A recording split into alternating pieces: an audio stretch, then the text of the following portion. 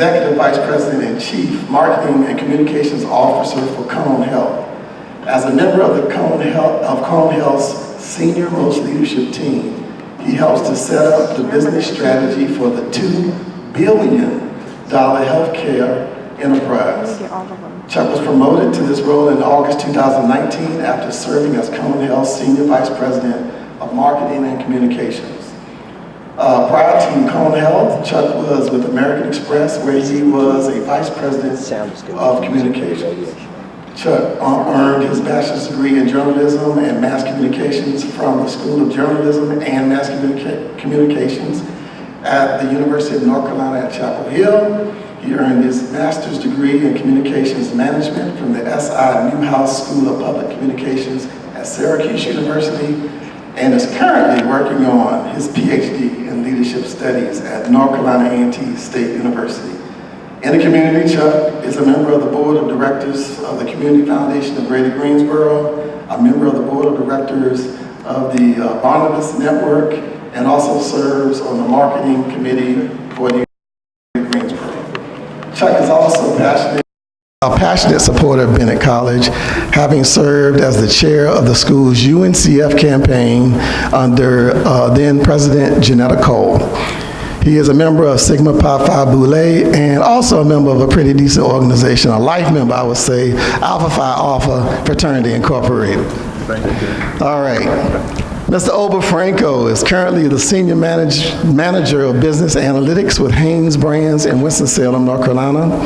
Hanes is a socially responsible manufacturer of marketing and marketer of leading basic apparel brands throughout the world, and includes brands such as Hanes, Champion, Playtex, Bali, Maidenform, and Gear for Sports.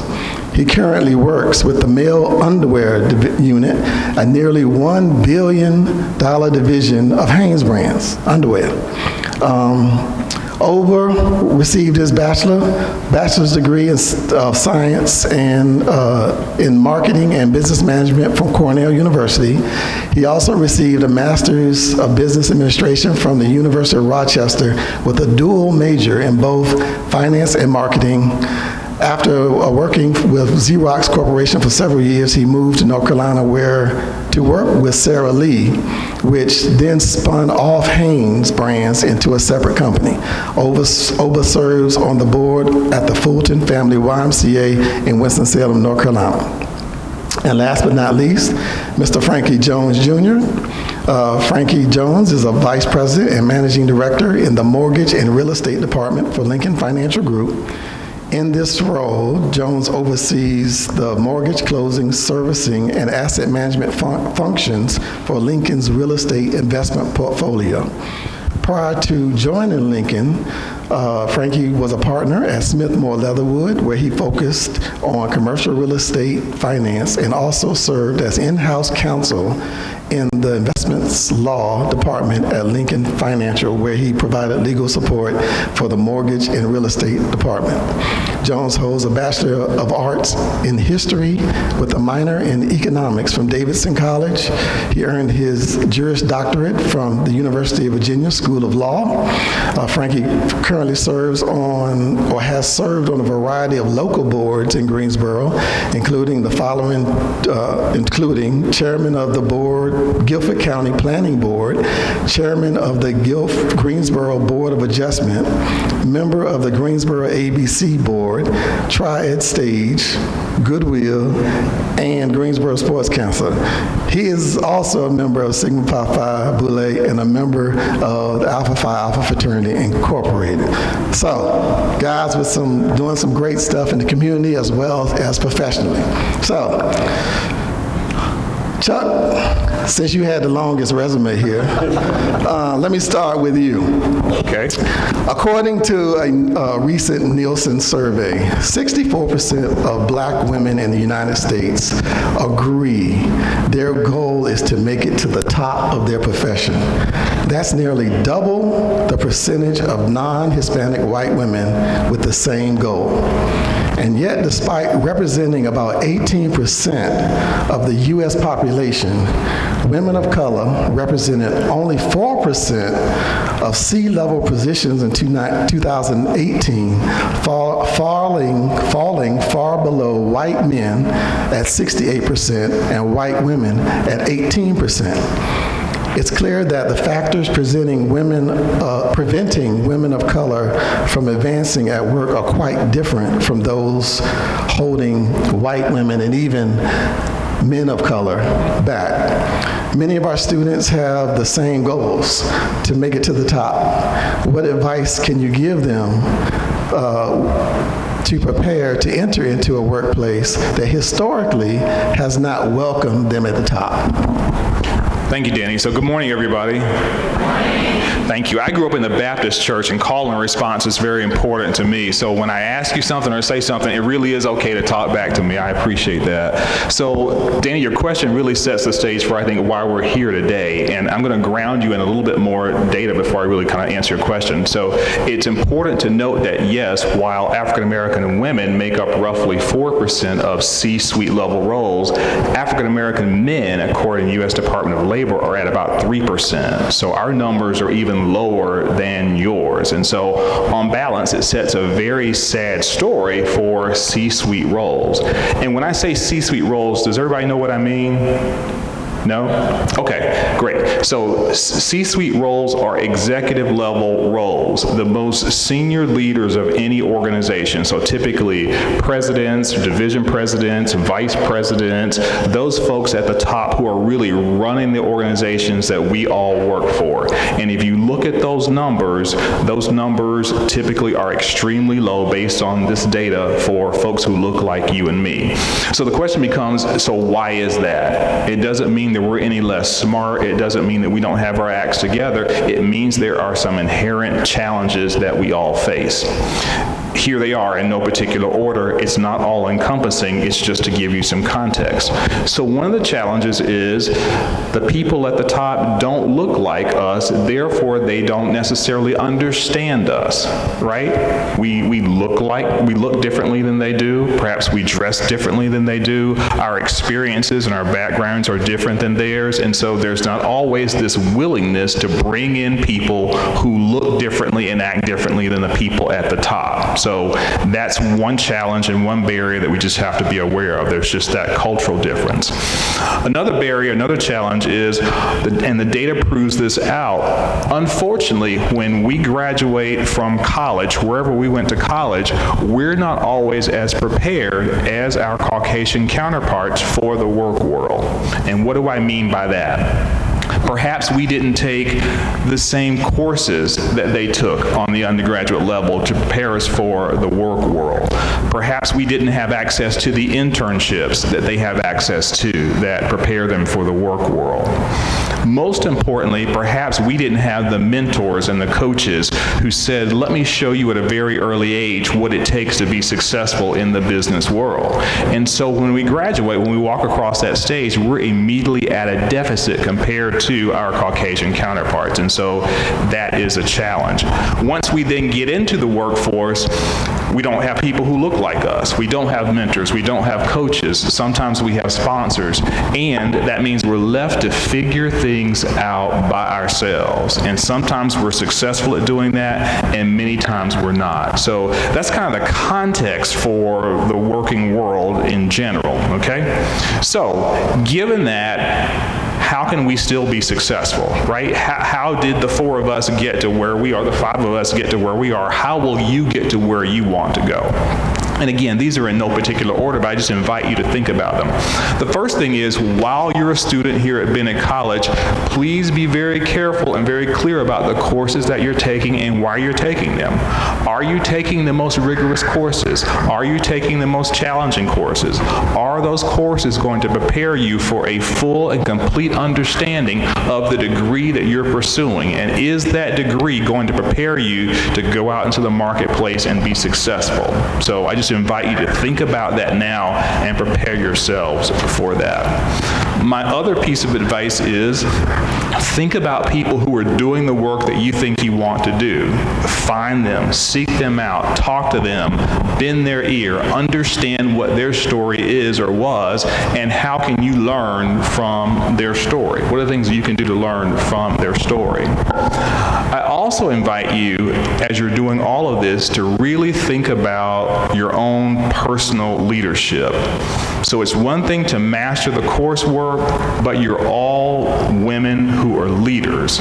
And the mission of Bennett College speaks specifically to developing and creating inspiring leaders. So I invite you to think about, what's your leadership brand? What does it look like now? How effective are you as a leader, as a student and a leader? Why are people following you?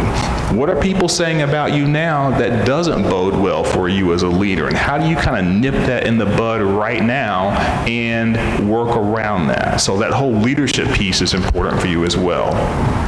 Another thing I invite you to think about is, once you get into the work world, it's okay in your first job, your second job, your third, fourth, fifth job to take the tough and ugly assignments.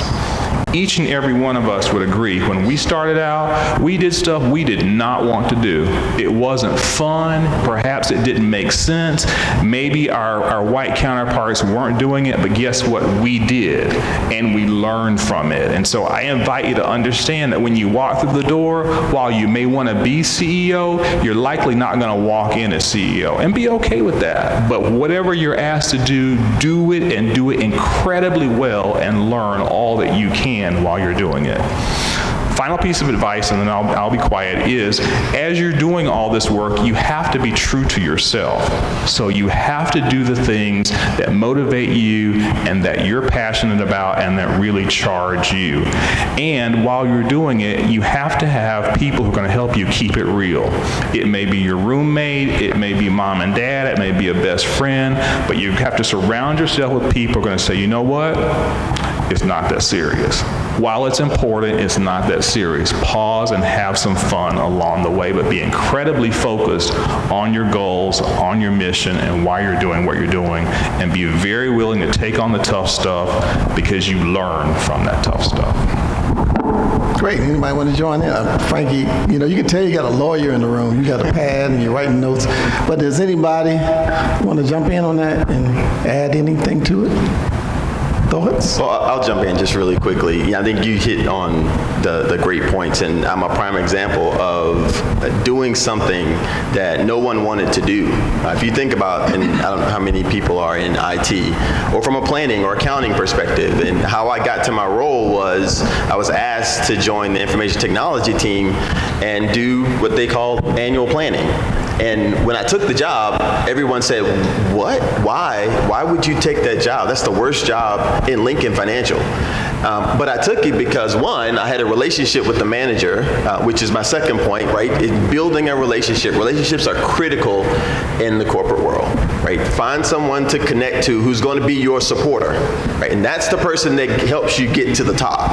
You may not get there by yourself, but once you connect yourself, whether it be white, black, brown, yellow, it doesn't matter. You connect yourself with someone that's going to promote you. And I don't mean promotion as in a promotion of grade level, but promote you as who you are and what you're about and the integrity, and know what you can deliver. From then you go in and you do everything that you can to succeed in that job. Again, I took the opportunity, and what came about of it is, again, I got promoted to assistant vice president. Before that, it was a lower level position. But again, you have to connect yourself. You have to have the drive and the will and the want to do. You have everything you need. Right. Bennett's going to give you everything you need. It's just what you're going to take internally and drive from there. Great, so we'll move on to the next question. Frankie, I'm going to come to you this time.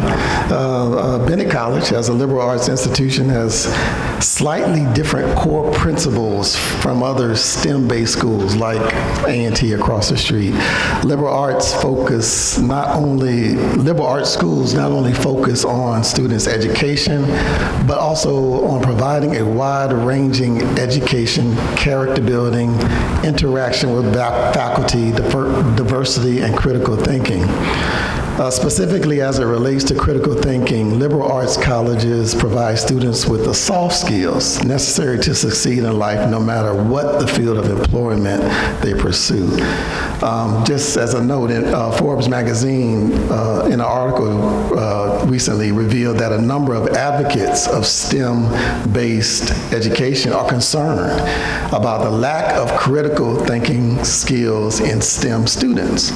So as a graduate of Davidson, a liberal arts institution, how have the critical skills that were introduced to you in Davidson, how have they helped you in your ability to move on to law school and maneuver and excel in a world where success requires many of us to be able to ask the right questions and consider factors outside of our realm of expertise?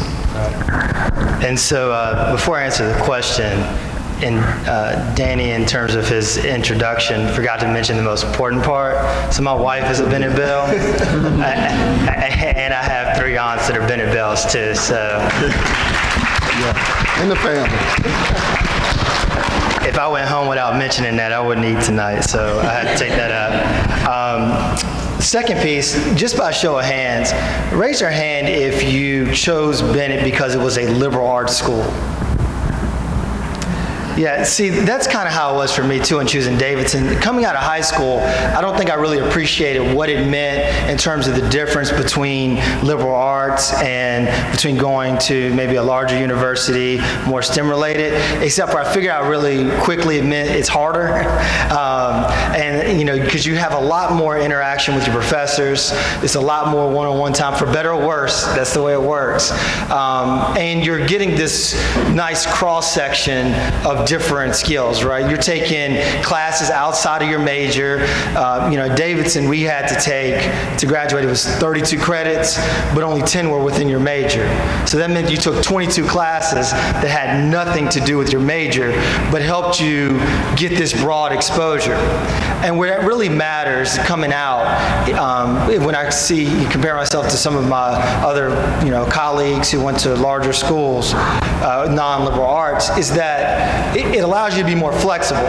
Because going to Bennett, you can't, if you're an English major, you can't just be good in your English subjects, in your English classes to graduate. You also have to do a little math, you got to do a little bio, you might have to do all sorts of things. My wife was a broadcast journalism major, and she had all sorts of classes where she just had to go across. I heard somebody clap back there. So yeah, and she took as many classes in Spanish as she did in broadcast journalism. And so all those things have helped her because in her career, and probably nobody else wants to do this, but she's a licensed funeral director right across the street at Brown's Funeral Home. So she has to speak Spanish to some of the people who come in because that's their language, right? But if it hadn't been for going to Bennett, she would not be able to do that with the same way she's able to do now. So you never know exactly all the skills that you'll pull on. I mean, I was a history major, econ minor, went to law school, came out, and then ended up using my econ because I was a finance attorney. And I pulled on that much more than even my history or anything else. So you just end up pulling on things that you think may not be that important, but in the long run end up playing in. And where it really matters is, and this is one that we always use when we talk about liberal arts, if you look at the top 5 largest U.S. companies in 1990, they were GM, General Motors, so Ford, Exxon, IBM, General Electric. Those were the 5 biggest. If you look at it today, only one of those is still in the top 5 largest. The largest is Walmart, then it's Exxon, Apple, Berkshire Hathaway, which is Warren Buffett's companies, so you may see them everything from owning the News and Record in local papers to owning real estate firms. And then the 5th is Amazon. Amazon didn't even exist in 1990. But in terms of moving into jobs that don't yet exist, your liberal arts background will help you be able to shift and be able to, you know, match what the job market is requiring because you're so used to doing it anyway. So that's where I think the biggest thing is that you get those critical thinking skills and that you're prepared for jobs that don't even exist yet. Anybody want to add? I think going along with what you're saying, you will find that once you get into the corporate environment, whatever you plan to do, I'm going to be going to marketing, I'm going to engineering, whatever that is, you don't know what it's going to be once you get into that corporate workplace. Things are shifting so quickly, so fast, that you have to be able to, like you're saying, be very flexible, be very adaptable, and seize the next opportunity into what you're going into. So I think, again, having those critical thinking skills, that liberal arts background, a very broad-based background, will help you be able to jump into a new role, because sometimes the path that you want to go is not always the path that you'll get to once you get into that workplace. You may have to take a lateral move and then move up in that role. So again, having that broad-based background will definitely help you adapt to whatever role you're going into. All right, great. Everybody good? Is everybody good? All right, all right. So let's go a little deeper now. Let's go a little deeper. Stacy, a recent survey from Career Builder reports that without right social media presence, you are going to have difficulty to landing job interviews. 1/3 of all companies say they have someone on staff whose job it is to research candidates online, and they are turning to social media as a way to do this. The study goes on to say that more than 50% of employers reported finding information on social media profiles that resulted in them not hiring a candidate. Personal relationships, social media, texting, sexting, etc. can prove to be anyone's worst enemy. But as a young person, it could make or break your ability to get an internship or start a new career. So how would you advise our students to approach social media and relationships so that it does not hurt their reputation or their chances to get that big break? Well, thank you, Danny. And again, good morning, everyone, and thank you for the opportunity to be here on the panel today with you. How much time do I have for that topic? That's a very, very broad topic, and we could probably spend hours, I'm sure, because I saw when Danny said social media, everybody looked up. So real quick, kind of following with Frankie, raise your hand if you have any of the apps that I'm going to call. Facebook, just keep your hands up. Instagram, Snapchat, keep your hands up. Twitter. All right, that's about 90%. I said Instagram, yeah, it's about 90%. So everyone now is on social media, right? So you can best believe, as Frankie said, positions or jobs or companies that were here in 1990, they aren't there. Some were brand new, and now. We didn't have social media back in 1990, right? So I think it's very and critically important that you think about your brand, right? And I'm not saying social media has to be, everything is on the up and straight and narrow and everything's in a suit and tie, right? You're young, you're gonna have fun. But what you have to remember is once you put something on social media, it's there. And I know they say Snapchat goes away after, an hour a day or something. I don't know, I don't have one. But it doesn't. It doesn't. Someone can easily take a screenshot of that, right, and share it with other people. It doesn't mean that once you delete it, it's not deleted. It's there forever. So what you have to think about is when I take this picture, when I go to the club, when I'm taking a selfie, right, is this an accurate representation of me? Because companies, as he stated, companies are, in their HR departments, they are going out and searching for you in social media. And I have seen it personally. It didn't happen to me, but I have seen it in cases where people did not get hired because of the information that they shared on their social media. Right? And you've worked too hard, right? You come to Bennett, you worked 4 years or less or more, right, on gaining your degree, and your goal is again to reach the top. Right? So look at others. Look at our white counterparts. Do you see a lot of our white counterparts, right, that are in officer or senior level positions focusing on social media? Again, I'm not saying don't have a social media account, but focus your attention and time on the things that's going to help you get to where you want to be. Right? Distractions are the major breakdown in what we do. Right? You become distracted by, oh, you want the now. I want the notoriety. I want the publicity. I want my friends to see what I'm doing. Right? But so what?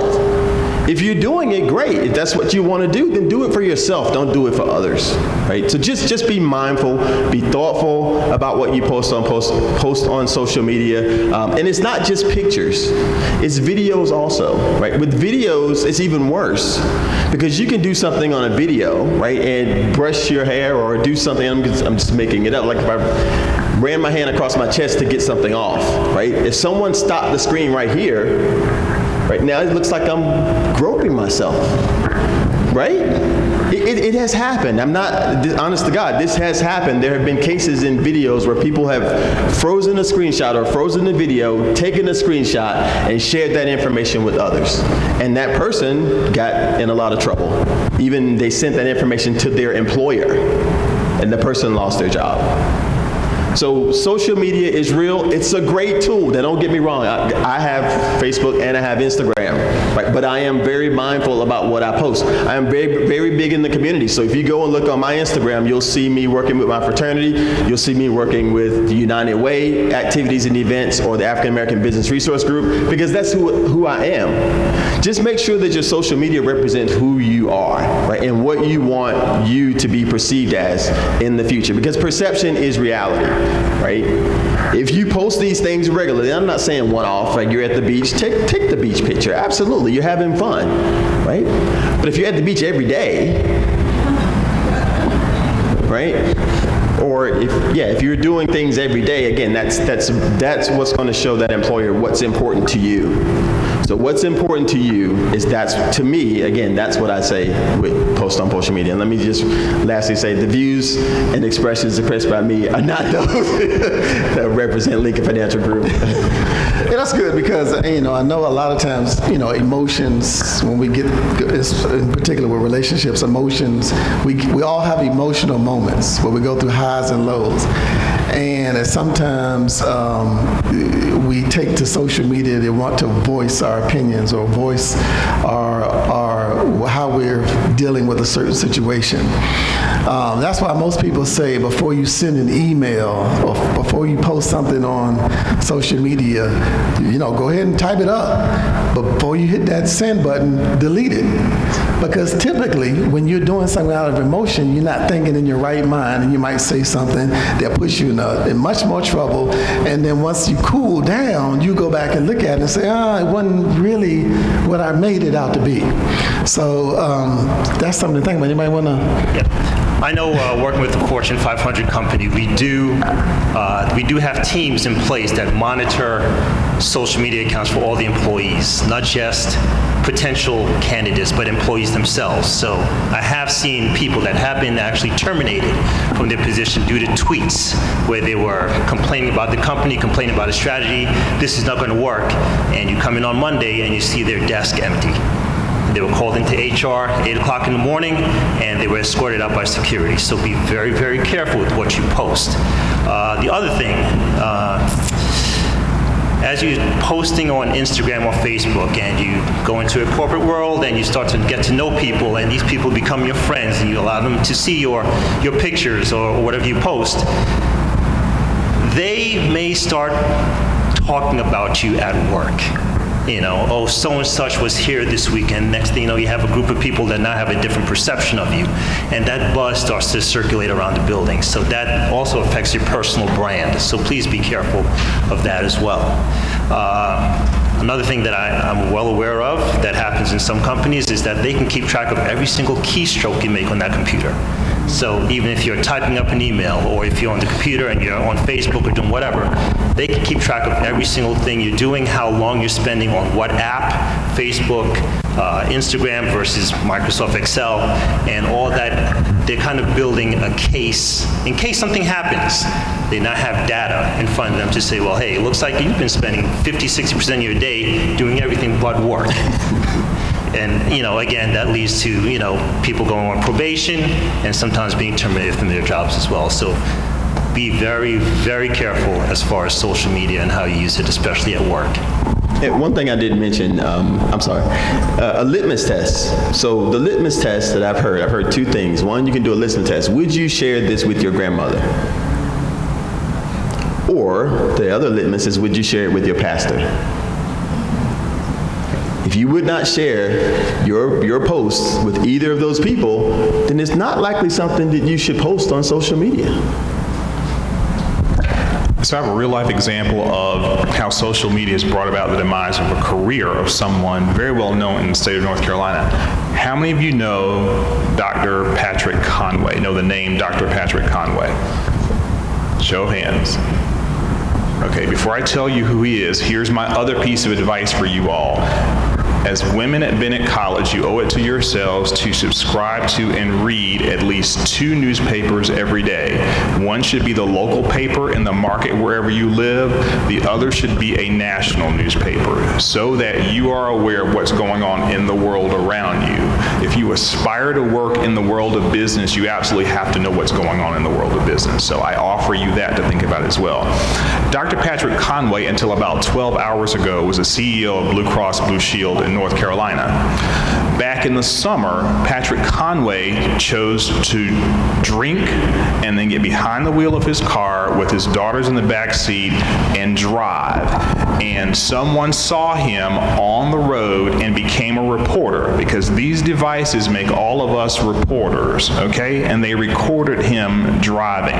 That videotape made it to all the right people, it made it to the media outlets, and it showed him looking like everything but a CEO. And within a matter of a few days, this man who was running Blue Cross Blue Shield of North Carolina resigned last night because his actions, his decision to drink, get behind the wheel of the car and drive, and then hit a truck and almost put his life at risk as well as those of his kids, brought about the demise of his career. So that's all we're saying. Just be aware that the things that you used to do years ago and get away with it are almost immediately captured in one way, if not by you, then by somebody else who is watching you. And that's what you don't want to be your outcome. Great. Let me add just a little bit to it. So, in terms of social media piece, the 4 of us, I'm not sure when everybody graduated, but I'm going to guess I'm the youngest. Facebook came out my junior year in college, just to give you an idea. So there was nothing else, right? There was no Twitter, no IG, no Snapchat, nothing. And so, you guys are growing up different in the sense that your entire lives, you've had social media available, right, for the most part. And so, as you think about it, don't sit here and say, oh, I've already messed up. It's not even to that point. So there's some employers who may go through and do the deep dive and pull everything and whatever. That may not be the employer for you, depending upon what's on your social media. But for most of the other ones, the best piece of advice I can give you, yes, use discretion, be smart about it. Don't make anything you have public. Don't have an open Facebook account. Don't have open IG, whatever. If you have your friends, handle it that way. It doesn't mean that some friend couldn't take a picture of it and submit it or something, but it does mean you can at least mitigate some of your risk by not just having anybody. Don't let the 70-year-old boss be able to just type in your name on Facebook and then see every picture you've ever taken in the world. Lock some of that stuff down and then just use discretion as you go. We're not saying don't live your life, but just be smart about what you put out there, and don't put it out there for everybody. And also the biggest thing I see people doing, do not get in an argument with somebody's aunt that you've never met before on Facebook and think you're going to convince them going back and forth for 3 days that Nicki Minaj is better than somebody else. It's not going to happen. Don't do that, because those are the people who will actually turn you in and call Stacey hey, Stacey, here's this thing where she was cursing me out or whatever. Don't hire her. Those people do research. So don't argue with people you don't know. It's not going to get you anywhere. Good deal. Exciting topic. So I got another one. Let's see if you're just as excited about this. And Chuck, you started with it talking about cultural differences. So let's talk about code switching. Does everybody know about code switching? Yes, no? Okay, well, let's code switching is a term that was originally coined in the 1960s to describe the practice of interacting in different ways depending on the social context. And it's not limited to race or gender. So most of us interact with our friends in social settings much differently than we interact when we're on a job interview, right? So we have to know how to turn things on and turn things off. So because the dominant culture is white, whiteness has been baked into corporate organizations as natural, normal, and legitimate. So this incites people of color to adopt speech and behavior in an effort to fit in and protect oneself against stereotypes and other more severe forms of discrimination. Now, specifically for women, all right, this has real impact because code switching sometimes involves the way you talk, the way you dress, the way you wear your hair. Can it be big? Can it be natural? All because many, and this is a concern because many women of color believe that the dominant white culture will not allow big, natural hair and bright colors in the workplace. So, Oba, for you, as a father of a daughter and a male who interacts in a corporate world that is dominated by whiteness, what words of advice and encouragement will you offer her and our students as they prepare to network and promote themselves in the corporate space? Appreciate you making that, putting a little personal touch in there with my daughter. From a language standpoint, I think as Black people, we've been code switching almost since, we just grew up doing it. And I think, honestly, that's okay. I think we speak to certain people, just as part of the culture. If it's your parents, you speak to them a certain way. If it's friends, it's another way. If you're in school or on the job, it's going to be a different way. You speak the way the culture is at that position, and that's totally fine. I think once we start getting into the way we dress, our hair, specifically for Black women, I know back in the 80s and 90s, everyone had their hair permed, power suits on with the big shoulder pads and things like that. What I'm seeing now in the workplace is a definite shift as younger people come into the environment. And also as companies have changed, we've gone from a business suit and tie sort of wear to a more business casual. So I think there's definitely a loosening of some of those restrictions. From a hair standpoint, what I'm seeing is pretty much, I'm seeing everything from locks. I'm seeing, the natural hair movement is big, so I'm seeing that at work as well. So whether it's, Bantu rolls or Bantu knots, locks, what else? I can tell you got a daughter, right? Yes, I'm seeing all that in the workplace right now. I think, understand the culture of your workplace, If it's a pretty conservative workplace, you'll be expected to fall in line like everyone else. If you want to try to accentuate and have a little self-identity in it, then go ahead and throw a little accessory in there, whether it's some sort of color somewhere to help you express yourself. But I'm definitely seeing a major shift in the way we think of a white workplace was to what I am seeing going on now between, just at my personal corporation or where I work now, and also just speaking with other friends, what's going on, what are the dynamics there, and they're seeing similar changes as well. Yeah, and I would agree with you because, and I think sometimes it depends on the environment, the culture that you're going into. My wife is an attorney and has been an attorney for about 20 years now. So personal experience, I remember early on in the career path, it was,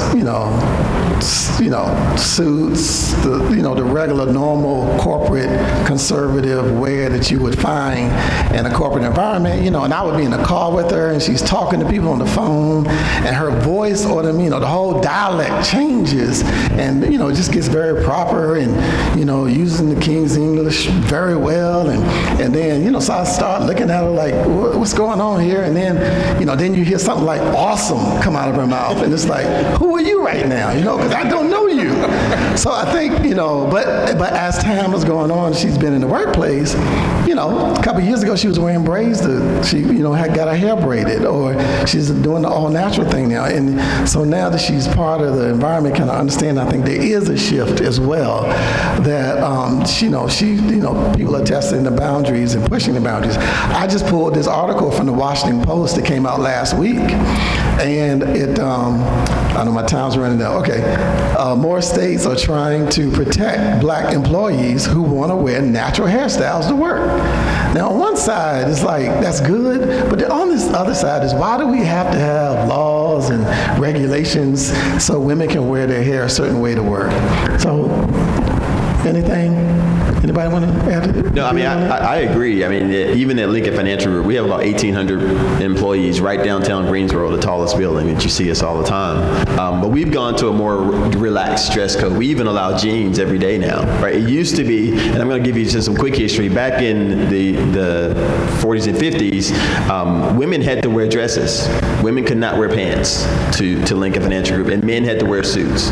That then became relaxed, and then you could wear, again, back to business, suit and tie. So then we moved from there to business casual, and now we've really gone to relaxed. So you ask why, right? Because other companies like Amazon, like Google, like Walmart, right? We have to compete with those companies for employees. And if we aren't attracting the right people or the best people because of how they dress, then we're not going to get the best out of everyone. So it's more about what you bring to the table. Now, obviously, you can't come in wearing a clown suit, right, the first day. But what you have to do is you have to come in, fit in, and then share your style, right? If you want to wear your hair relaxed or however you want to wear it natural, again, a lot of people are wearing it more natural now, but yeah, I think it is becoming more relaxed. Okay, we're getting to wrap up, and we can't take any questions. We've talked too long. I'm sorry. One question? One question. One question. Does anybody have a great question they want to ask? We got one right here. Come on up, hurry up.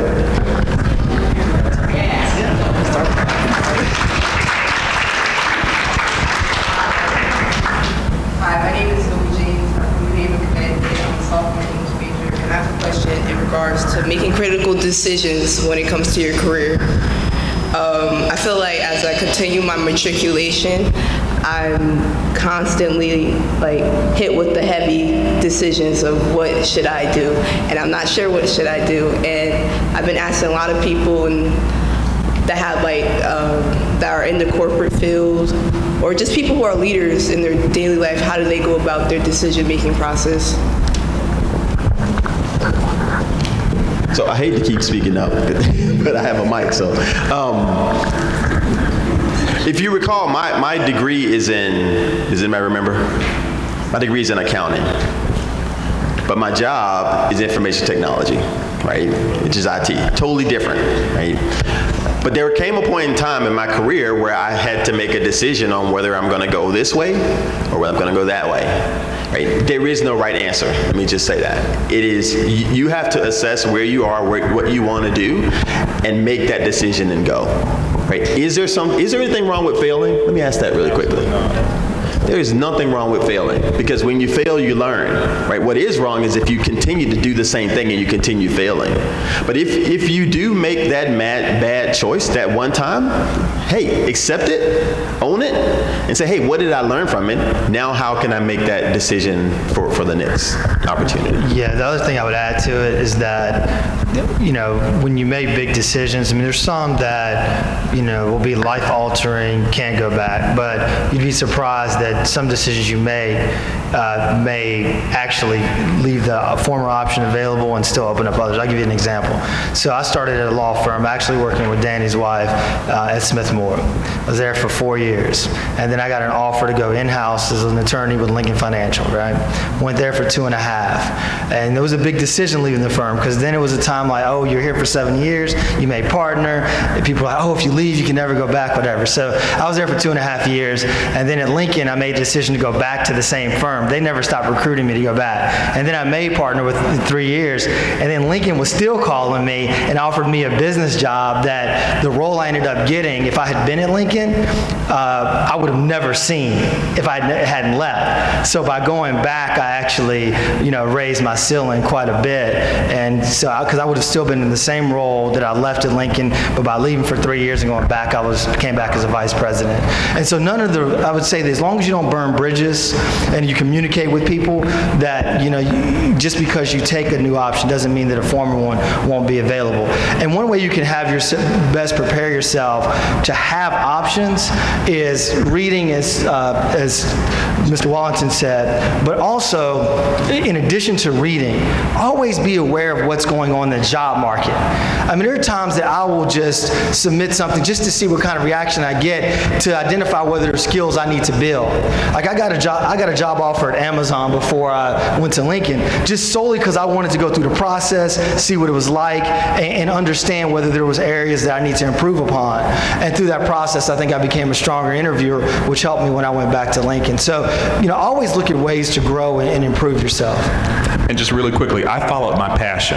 I knew in the 3rd grade I wanted to be a newspaper reporter. And so as a 3rd grader, I worked on the class newspaper, and I went on to be high school newsletter editor and all this kind of stuff. Went to UNC specifically because they have a school of journalism. And so I thought that's what I was supposed to do and be. And God showed me that He had more in store for me. What He allowed me to do, though, was to follow my passion and become a reporter. And every skill that I learned as a reporter, I use every day in the world of marketing and communications, and particularly now as a thought leader at Cone Health. So I just encourage you to, first of all, realize what you're passionate about and follow that, and I tell you, everything else will fall into place. Only thing I'll add real quick is follow your instincts. Trust yourself. Whatever decision you make will be the right one for you. You may not see it at that moment, but let's say you get that job and it's not what you thought it would be, you don't know what opportunities would have opened up. So regardless of what you're doing, do the absolute best job you can, network as much as possible, and then see what happens going forward. Careers are not, 1 or 2 years. It is 20, 30, 40 years long. So. All right, give it up for the brothers for Bennett. Reverend McLean. Is it possible for our guests to just hang around for a little bit so if students have questions after they get scanned that you'll still be available for them? Thank you all so very, very much for coming and sharing. It's been absolutely wonderful and powerful. Thank you. Is this good? Is this good? Come on, get it up. Thank you. All right, you all have a great day and a great week.